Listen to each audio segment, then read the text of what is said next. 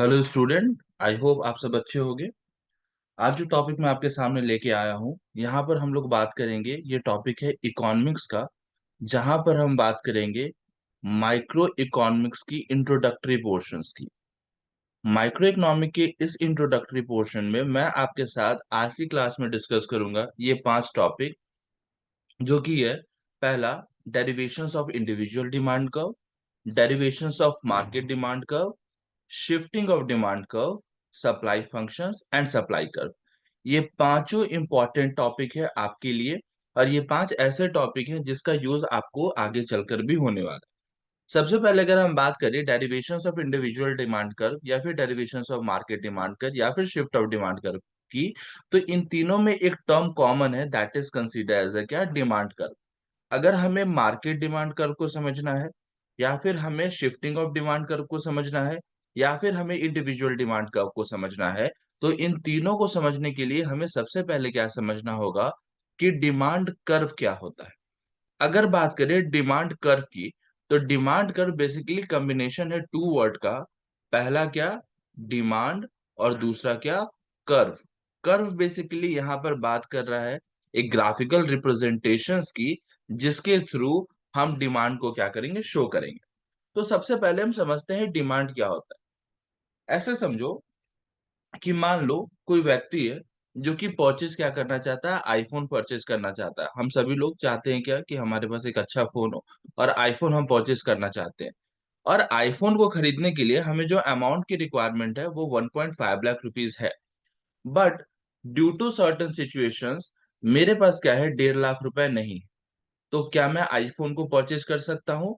मेरी इच्छा होते हुए भी, I have an wish to purchase the iPhone, but due to the limited resource, due to the non availability of resources which is required for the purchase of an iPhone, I am unable to purchase that iPhone. मैं उस iPhone को purchase नहीं कर सकता।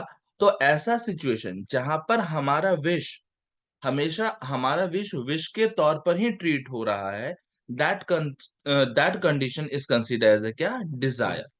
Desire desire means क्या, कि हम वो काम करना चाह रहे हैं, हमें उस काम को करने की इच्छा है, but due to the limited resources, but due to the unavailability of resources, due to not having a certain amount of money, we can not achieve our target to purchase an iPhone. That's why it is not considered an demand, but it is considered as क्या, desire. Let us take an another example, ठीक है। The second example is that I want to purchase an iPhone and I have enough money to purchase an iPhone. It means क्या, कि मैं iPhone purchase करना चाहता हूं, ठीक है। दूसरा क्या, मुझे उसको परचेज करने के लिए जो 1.5 लाख रुपीस की मनी थी, उसकी भी रिक्वायरमेंट मेरे पास जो थी, वो मेरे पास 1 लाख, 1,50,000 रुपए है, और मैं आईफोन खरीद सकता हूँ। मतलब क्या, कि मेरे पास पैसा भी अवेलेबल है, यानी मेरे पास रिसोर्सेस क्या है, अवेलेबल है। ठीक है, मेरे पास रिसोर्सेस क्या है, अवेलेबल है। और दूसरा चीज मैंने क्या चाहा, दूसरा चीज मुझे क्या पता चला, कि मेरे पास नीड भी है, मेरे पास विश भी है कि मैं उस आईफोन को परचेज करूं। बट जब मैं वो परचेज करना चाहता हूं, तो मेरे साथ प्रॉब्लम ये है कि मैं उस आईफोन पर मनी को स्पेंड नहीं करना चाहता। मतलब क्या, मैं परचेज करना चाहता हूं, मेरी इच्छा है परचेज करने की, मेरे पास अवेलेबल रिसोर्सेज भी है परचेज करने के लिए, लेकिन मैं अपनी मनी को स्पेंड ही नहीं करना चाहता। इस कंडीशंस में भी हम यह नहीं कह सकते हैं कि हमने डिमांड किया। क्यों? क्योंकि डिमांड करने के लिए हमें 3 चीजों का फुलफिलमेंट होना चाहिए। पहला क्या, अवेलेबिलिटी ऑफ रिसोर्सेज। तीसरा, willingness to purchase the goods and services. And third, that we have to spend the amount of money for purchasing that goods and services. जब हम ये तीनों काम करते हैं, then it is consider as a क्या, demand. So demand क्या है, नॉर्मल टर्म में बात करें, तो डिमांड कहने का मतलब क्या, कि एक ऐसा situation, demand mainly refers to a situation when we have a purchasing power, हमारे पास क्या है, परचेजिंग पावर है। साथ ही साथ we have a desire to purchase, साथ ही साथ हमारे पास इच्छा है किसी वस्तु को खरीदने की, या फिर किसी सर्विसेज को उपभोग करने की। विथ एन विलिंगनेस, इस इच्छा के साथ कि मैं उस पार्टिकुलर गुड्स पर, मैं उस पार्टिकुलर सर्विसेज पे उस अमाउंट ऑफ मनी को स्पेंड कर सकता हूं। जब ये सारी चीजें एक साथ मिलती हैं तो दैट कंडीशन इज कंसिडर्ड क्या, डिमांड। सो नॉर्मल टर्म में डिमांड क्या है, तो एक तरीका का सिचुएशन है जहां पर किसी व्यक्ति के पास जो भी डिमांड करना चाह रहा है, उसके पास परचेजिंग पावर है, उसके पास विलिंगनेस है to purchase that goods and services, and he have a willingness to spend the amount of money to that goods and services to acquire that goods and services, then the situation which is arises at that point of time is considered as a क्या, demand। Clear. सो ऐसे भी कह सकते हैं कि demand एक तरीका का सिचुएशन है in which different possible quantity of a commodity to be purchased at different possible price of the commodity, यानी एक ऐसा सिचुएशन जहां पर different quantity of a commodities को हम परचेज कर सकते हैं at different possible prices of the commodity के आधार पर। यानी ये किसके कंटेक्स्ट में बात करेगा, तो it is always talk on the context of price of the commodity. जब आप डिमांड को समझते हो तो डिमांड के साथ एक कंडीशंस को आपको समझना होगा कि डिमांड के साथ एक जनरल फेनोमेना चलता है। जनरल फेनोमेना क्या है कि when the price of the commodity is high then the demand of the commodity is low, and when the price of the commodity is low then the demand of a commodity is high. ठीक है। यानी अगर किसी commodity यानी किसी वस्तु की कीमत कम होगी देन उसका डिमांड ज्यादा हो जाएगा, और अगर किसी वस्तु की डिमांड ज्यादा होगी तो उस वस्तु का कीमत क्या हो जाएगा, कम होगा। नॉर्मल टर्म में कीमत कम डिमांड ज्यादा, कीमत ज्यादा डिमांड कम, ये एक नॉर्मल फेनोमेना है जो कि डिमांड के साथ चलता है। अब जब आपने डिमांड समझा तो अब हम डिमांड को शो कैसे करते हैं। The demand is shown with the help of a curve, a graphical representation that is considered a demand curve. तो डिमांड कर्व क्या है, तो डिमांड कर्व बेसिकली क्या है, एक तरीका का ग्राफिकल रिप्रेजेंटेशन है। ग्राफिकल रिप्रेजेंटेशन कहने का मतलब क्या, पिक्टोरियल रिप्रेजेंटेशन। एक पिक्टोरियल रिप्रेजेंटेशन, एक graphical representation of the tables or of the schedules which show that different quantity of a commodity is demanded at different price level। It means क्या, demand curve की अगर बात करो तो it is a graphical representation of demand which is made by an individuals or a market which shows that how quantity demand of a commodity is related to its price। यानी price के आधार पर कैसे quantity of a commodity relate कर रहा है, उसका जब हम शो करते हैं with the help of graphical representation, that curve is considered as a demand curve. Normal term में बात करें तो डिमांड कर्व क्या है, एक तरीका का ग्राफिकल रिप्रेजेंटेशन है which shows the relationship between the price of a goods or services and the quantity demanded by the consumer। इस बात को ध्यान रखना कि डिमांड कर्व क्या है, एक तरीके का कर्व है, एक ग्राफिकल रिप्रेजेंटेशन है, एक पिक्टोरियल रिप्रेजेंटेशन है जो किसके बारे में बात करता है, रिलेशनशिप के बारे में बात करता है। किसके रिलेशनशिप के बारे में, तो प्राइस ऑफ द कॉमोडिटी के बारे में and the quantity demanded of the commodity which is demanded by the consumer. यानी कंज्यूमर के द्वारा कितने क्वांटिटी ऑफ अ कॉमोडिटी को डिमांड किया जा रहा है, कितने प्राइस पर, इसके बारे में जब हम बात करते हैं और उसको हम शो करते हैं, then the curve which shows this graphical representation, that curve is considered क्या, डिमांड कर्व। जब भी आप बात करोगे डिमांड कर्व की तो ये बात ध्यान रखना कि डिमांड कर्व हमेशा डाउनवर्ड स्लोप में होगा। इट मींस क्या, ये हमेशा शिफ्ट करेगा लेफ्ट से राइट की तरफ। डाउनवर्ड स्लोप में कहने का मतलब क्या, कि हमेशा नीचे की तरफ जाएगा और ये हमेशा लेफ्ट से किधर की ओर शिफ्ट करेगा, राइट की ओर शिफ्ट करेगा। अब ऐसा क्यों होता है, तो ऐसा इसलिए है क्योंकि जैसे जैसे क्वांटिटी, जैसे जैसे प्राइस ऑफ द कमोडिटी क्या होगा, घटते चला जाएगा, वैसे वैसे quantity of a commodity increases किया जाएगा by the consumer. And as the quantity demanded of a commodities increases the price of the commodities decreases, and as the price of the commodities increases the quantity demand of the commodities decreases। That's why demand curve always shows in a slopes downward from left to right। बात करते हैं क्या characteristics होगा demand curve का, तो they are mainly three characteristics of demand curve. पहला क्या, कि ये निगेटिव स्लोप होगा। निगेटिव स्लोप कहने का मतलब क्या, कि अभी मैंने आपको बताया क्या कि ये लेफ्ट टू राइट जाएगा। लेफ्ट टू राइट इसलिए जाएगा क्योंकि ये इनवर्स रिलेशनशिप शो करेगा किसके बीच में, price and quantity demand. Inverse relationship कहने का मतलब क्या, ऑपोजिट रिलेशनशिप। प्राइस बढ़ेगा, डिमांड घट जाएगा, वहीं अगर प्राइस घटेगा तो डिमांड बढ़ जाएगा। दूसरा क्या इसका कैरेक्टरिस्टिक्स होगा, movement along with the curve. यहाँ पर जो मूवमेंट होगा डिमांड का वो कर्व के अकॉर्डिंग चलेगा। मतलब क्या कि अगर प्राइस में चेंजेस आएगा तो डिमांड कर्व में ऑटोमेटिक चेंज आ जाएगा। इट मींस क्या, कि अगर प्राइस ऑफ अ कमोडिटी बढ़ेगी देन डिमांड कर्व घट जाएगा, और अगर डिमांड ऑफ अ कमोडिटी बढ़ेगी then the price of the commodity will decreases. यानी ये फुल्ली डिपेंडेंट किस पर होगा, प्राइस पर डिपेंड करेगा। प्राइस के इंक्रीज और डिक्रीज से डिमांड कर्व भी क्या करेगा, हमेशा शिफ्ट करेगा। शिफ्टिंग ऑफ डिमांड कर्व, जब आप डिमांड कर्व की बात करते हो तो डिमांड कर्व में शिफ्टमेंट होगा। शिफ्टमेंट कहने का मतलब क्या, कि ये इंक्रीज फॉरवर्ड शिफ्टमेंट में भी जाएगा और बैकवर्ड शिफ्टमेंट में भी जाएगा। फॉरवर्ड शिफ्टमेंट कहने का मतलब क्या, कि इंक्रीज कर दिया जाएगा डिमांड कर्व में, और बैकवर्ड शिफ्टमेंट कहने का मतलब क्या, कि डिक्रीज कर दिया जाएगा डिमांड में। डिक्रीज इन डिमांड कर्व और इंक्रीज इन डिमांड कर्व कब होगा, जब प्राइस जो होगा वो कांस्टेंट होगा, लेकिन जो अदर फैक्टर्स होंगे वो चेंजेस हो जाएंगे। फॉर एग्जांपल के तौर पर कस्टमर का इनकम चेंज हो जाएगा, कस्टमर का टेस्ट एंड प्रेफरेंस चेंज हो जाएगा, प्राइस ऑफ रिलेटेड गुड्स क्या करेंगे, चेंज करेंगे, और इसके साथ क्या हो जाएगा, आपका शिफ्ट होगा डिमांड कर्व का। डिमांड कर्व, अगर हम बात करें डिमांड कर्व की, तो हम डिमांड कर्व को किस तरीके से शो करते हैं, तो they are the two way through which the demand curve is shown. The first is individual demand curve and the second is market demand curve. Individual demand curve ये अपने आप को ही बता रहा है, जहां पर हम किसकी बात करेंगे, अपने बात करेंगे, इंडिविजुअल्स अपनी बात करेंगे यहाँ पर, और मार्केट में की बात करें तो यहाँ पर सोसाइटी एज अ होल की बात की जाएगी। तो डिमांड कर्व बेसिकली दोनों के द्वारा अफेक्ट किया जाता है, इंडिविजुअल्स भी उसको अफेक्ट करता है और सोसाइटी एज अ होल भी अफेक्ट करता है।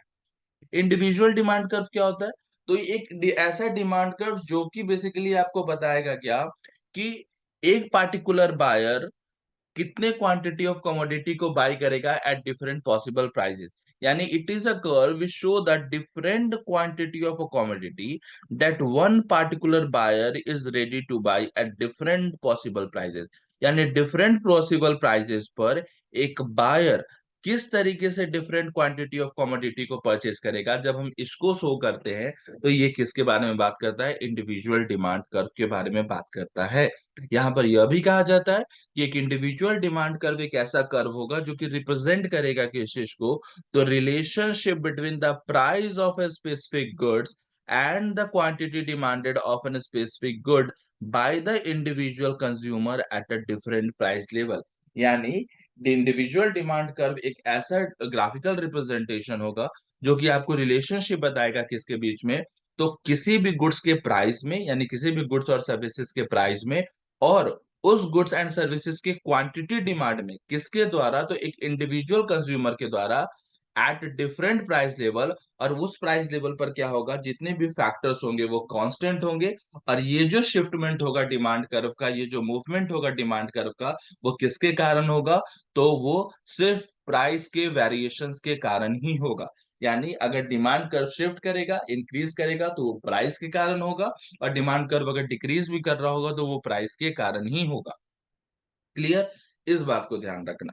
इंडिविजुअल डिमांड कर्व की अगर बात करें तो यहाँ पर डिमांड कर्व स्लोप डाउन में ही रहेगा, और ये लेफ्ट टू राइट को इंडिकेट करेगा। लेफ्ट टू राइट को इंडिकेट करने का मतलब क्या, कि ये इनवर्स रिलेशनशिप शो करेगा, और with increase in the price of the commodity the quantity demand of that commodity is decreases, and with decrease in the price of the commodity the quantity demand of a commodity increases. देखो, अब इस सारे example या जो भी मैंने बात करी इंडिविजुअल डिमांड कर्व को, मैं इसको तुमको ग्राफिकल रिप्रेजेंटेशन से समझाने की कोशिश करता हूँ। जैसे यहाँ पर तुम देख रहे हो कि जब प्राइस ऑफ अ कमोडिटी, हमेशा ध्यान रखना कि प्राइस के कारण डिमांड अफेक्ट होगा। हमेशा ध्यान रखना कि प्राइस के कारण हमेशा डिमांड अफेक्ट होगा। जैसे तुम देख रहे हो कि जब प्राइस ऑफ अ कमोडिटी 5 रुपया है, तो क्वांटिटी डिमांड कितना किया जा रहा है, 3 रुपया। यानी अगर हम यहाँ पर है, मेरा प्राइस, हमेशा ध्यान रखना कि प्राइस इधर रहता है और डिमांड एक्स पर रहता है और प्राइस वाई पे रहता है, ठीक है। तो देख रहे हो कि जब 5 रुपया यहाँ तुम्हारा प्राइस है, तो तुम डिमांड कितना कर रहे हो, 3 रुपए कर रहे हो। लेकिन जैसे ही तुम्हारी प्राइस इंक्रीज कर जाती है और प्राइस इंक्रीज करके 10 रुपए पे पहुंचती है, देखो तुम्हारा क्वांटिटी डिमांड घटकर कितने का आ गया, 2 रुपए पर।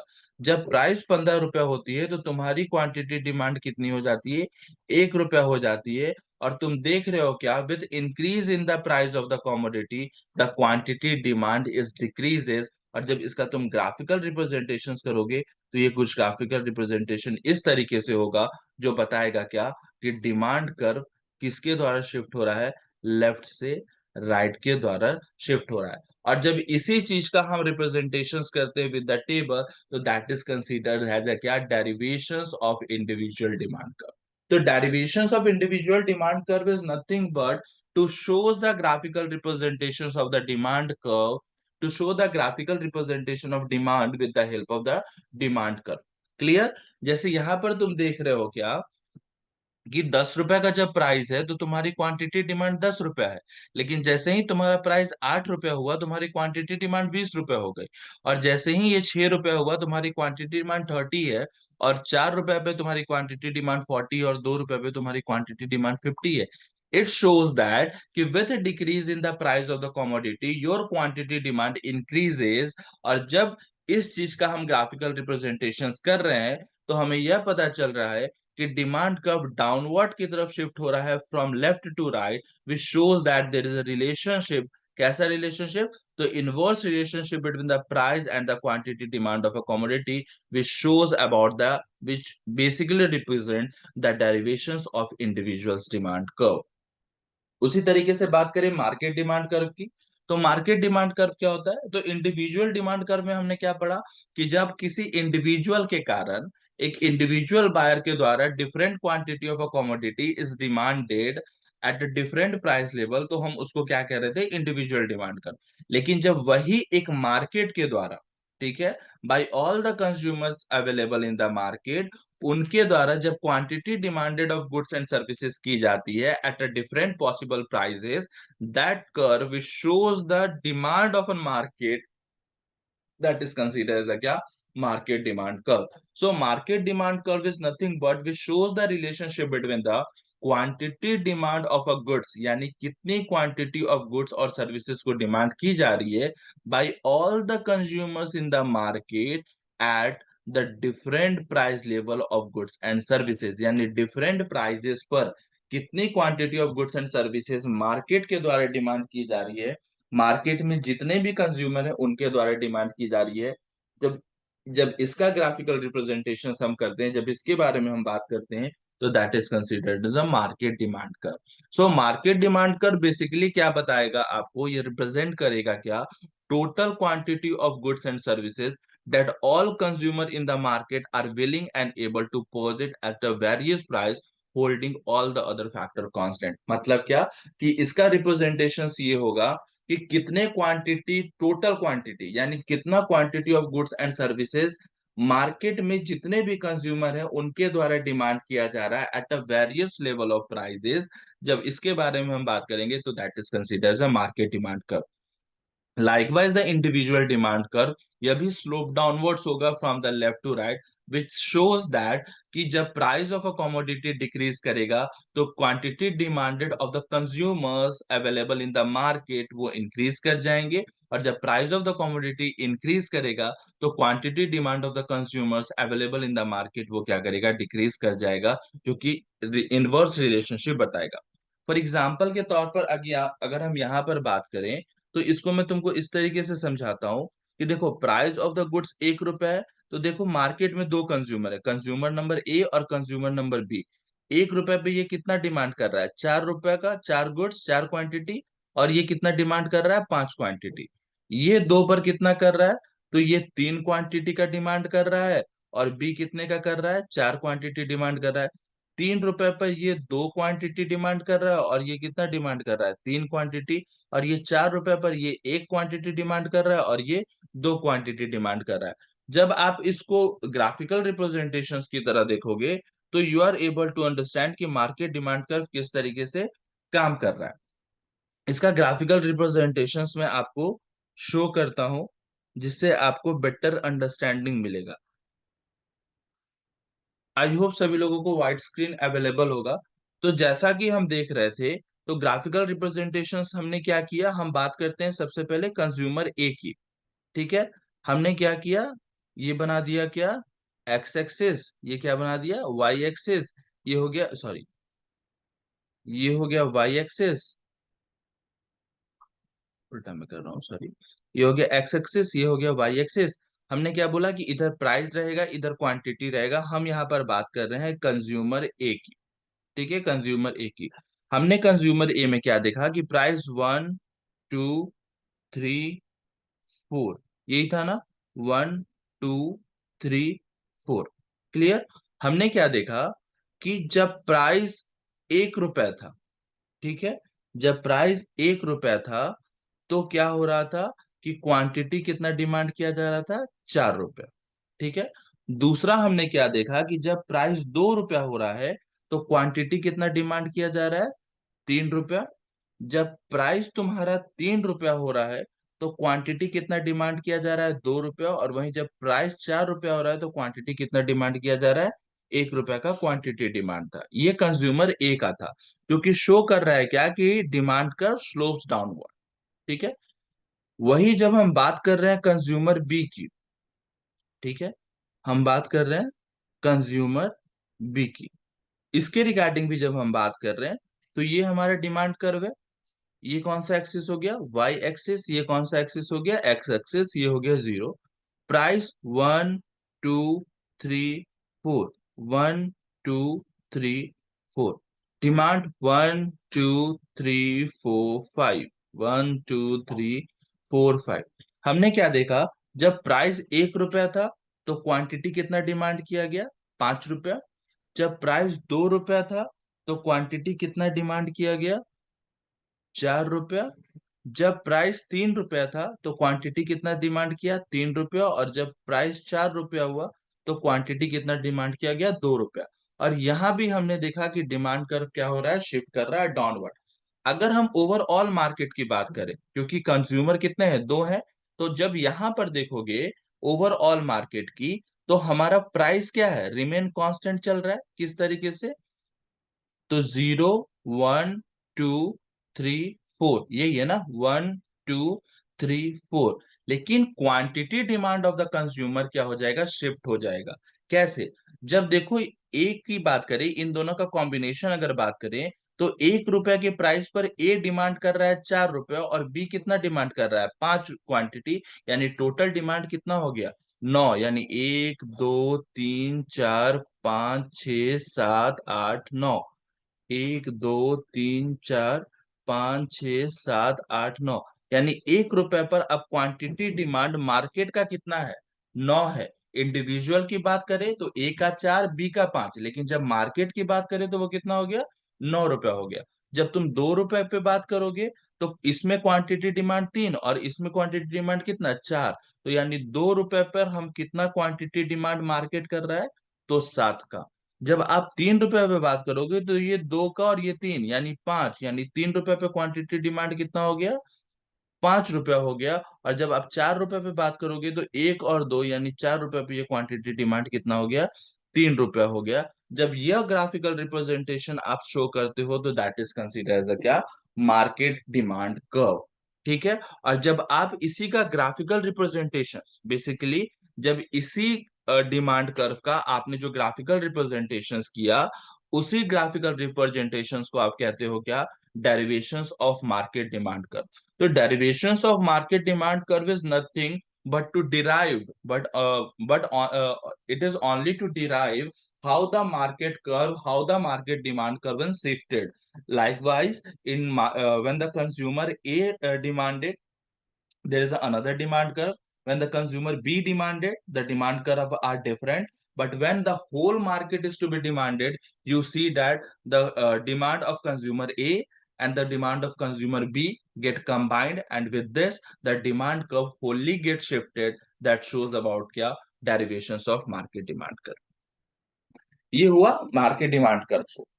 अब यहां पर एक टर्म आता है, shifting of demand curve. Shifting of demand curve कब होगा, समझना कि अभी तक तुम लोगों ने देखा क्या, कि प्राइस के कारण क्या हो रहा था, डिमांड कर्व शिफ्ट हो रहा था। अभी तक मैंने तुमको क्या बताया कि जब प्राइस ऑफ अ कमोडिटी बढ़ रही है या घट रही है तो डिमांड कर्व अफेक्ट हो रहा है। जब प्राइस बढ़ रहा है तो डिमांड अफेक्ट हो रहा है, प्राइस घट रहा है तब डिमांड अफेक्ट हो रहा है। लेकिन कभी कभी ऐसा सिचुएशन भी आएगा जब प्राइस कांस्टेंट होगा, price of a commodity constant होंगे, प्राइस में कोई चेंजेस नहीं आएगा, लेकिन फिर भी डिमांड कर शिफ्ट करेगा। तो जब प्राइस कांस्टेंट हो, ध्यान रखना, when the price of the commodity get constant, and in this situation the demand curve starts shifting from forward और बैकवर्ड, यानी डिमांड कर्व आगे बढ़ रहा हो और पीछे हो रहा है। जब ऐसा सिचुएशन हो रहा होगा, that situation is considered as the shifting of demand curve. तो shifting of demand curve refers to that situation when the demand for a commodity is increases or decreases, not due to change in the price of the commodity, but due to change in the other determinants which affect the demand of a commodity. For example, the demand of a particular soft drink get changed by an individual consumer at a constant price. एक constant price पर क्या हो रहा है कि soft drink का demand क्या हो जा रहा है, चेंज कर जा रहा है। फॉर एग्जाम्पल के तौर पर एक व्यक्ति है जिसकी इनकम 10 रुपए है। जब उसकी इनकम 10 रुपए थी तो उसने क्या किया, वो एक दिन में 5 कोल्ड ड्रिंक पीता था। ठीक है, अभी भी उसकी इनकम 10 रुपए है, लेकिन उसको कोल्ड ड्रिंक का टेस्ट इतना पसंद आ चुका है कि अब वो एक दिन में 8 कोल्ड ड्रिंक पीता है। तो एक बात बताओ, इससे डिमांड कर्व में शिफ्ट होगा या नहीं? तो 3 रुपए से डिमांड कर्व आगे बढ़ जाएगा ना, 3 क्वांटिटी से डिमांड कर्व आगे बढ़ जाएगा। That is considered shifting of demand curve. कौन कौन से फैक्टर हैं जो अफेक्ट करते हैं शिफ्टिंग ऑफ डिमांड कर्व को? तो सबसे पहला इनकम। इनकम एक ऐसा फैक्टर है जो अफेक्ट कर देगा डिमांड कर्व को। अगर आपकी इनकम बढ़ जाती है, प्राइस किसी भी कांस्टेंट, प्राइस आपका कांस्टेंट भी रहेगा ना, तब भी आपकी डिमांड बढ़ जाएगी। ठीक है। कंज्यूमर प्रेफरेंस एंड टेस्ट, अगर आपको किसी के प्रोडक्ट का टेस्ट अच्छा लग रहा है तो उस केस में प्राइस के कांस्टेंट रहने पर भी आपके प्रोडक्ट की डिमांड बढ़ जाएगी। पॉपुलेशन चेंज, अगर size of the population change हो जाता है, डिमांड ऑटोमेटिक शिफ्ट हो जाएगा। या फिर अगर आपको एक्सपेक्टेशंस लग रहा है कि फ्यूचर में प्राइस बढ़ जाएगा, इनकम लेवल बढ़ जाएगा, या फिर इकोनॉमिक कंडीशंस क्या हो सकते हैं, इन्फ्लुएंस कर सकते हैं करंट डिमांड को, तो इस सिचुएशंस में भी आपका डिमांड कर्व बढ़ेगा।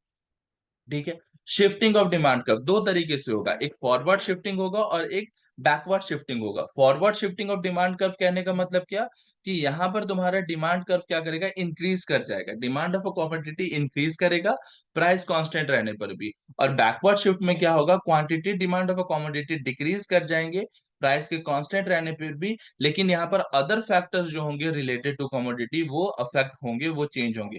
फॉर एग्जाम्पल, तुम्हारा consumer basically income of a consumer increase कर सकता है, price of substitute good increase कर जाएगा, प्राइस ऑफ कॉम्प्लीमेंट्री गुड्स बढ़ घट जाएगा, या taste and preference of the consumer get change हो जाएगा। तो इसके कारण भी डिमांड कर्व क्या करेगा, अफेक्ट करेगा, शिफ्ट करेगा फॉरवर्ड और बैकवर्ड में। उसी तरीके से यहाँ पर एक दो टर्म और आते हैं, supply functions and supply curve. Supply functions basically समझ लो क्या होता है। तो सप्लाई का फंक्शन एक तरीका का टूल्स है जो कि यूज किया जाता है इकोनॉमिक्स के द्वारा, जो कि मेजर करता है relationship between the price and quantity of good supplied. यानी प्राइस और क्वांटिटी ऑफ गुड सप्लाइड में क्या रिलेशनशिप है, जिसको हम मेजर करेंगे जिस टूल्स की मदद से, that tool is consider as a क्या, सप्लाई फंक्शन।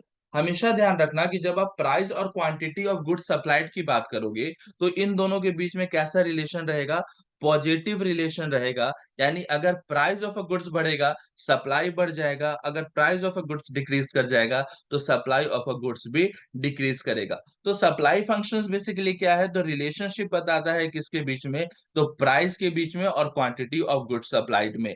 इसको अगर हम सिंपल टर्म में बात करें तो ये एक सप्लाई फंक्शन एक ऐसा फंक्शन है जो कि हमें यह बताता है how much of the product और services producer are willing to sell at a different price. यानी कितने प्रोडक्ट और सर्विसेज को हमें बेचना चाहिए एट डिफरेंट प्राइजेस पर। तो इसके रिगार्डिंग जब हम बात करते हैं सप्लाई फंक्शंस कहलाता है। वहीं सप्लाई कर्व और कर्व की बात करें तो supply curve is just like an demand curve, जहां पर हम क्या करते हैं, ग्राफिकल रिप्रेजेंटेशंस करते हैं सप्लाई का। और ये कैसा रिलेशनशिप बताता है, तो अभी मैंने बताया पॉजिटिव रिलेशनशिप बताएगा किसके बीच में, प्राइस ऑफ द कमोडिटी में और क्वांटिटी सप्लाइड में। लाइकवाइज द डिमांड कर्व ये भी दो तरीके का होगा, इंडिविजुअल सप्लाई कर्व और मार्केट सप्लाई कर्व।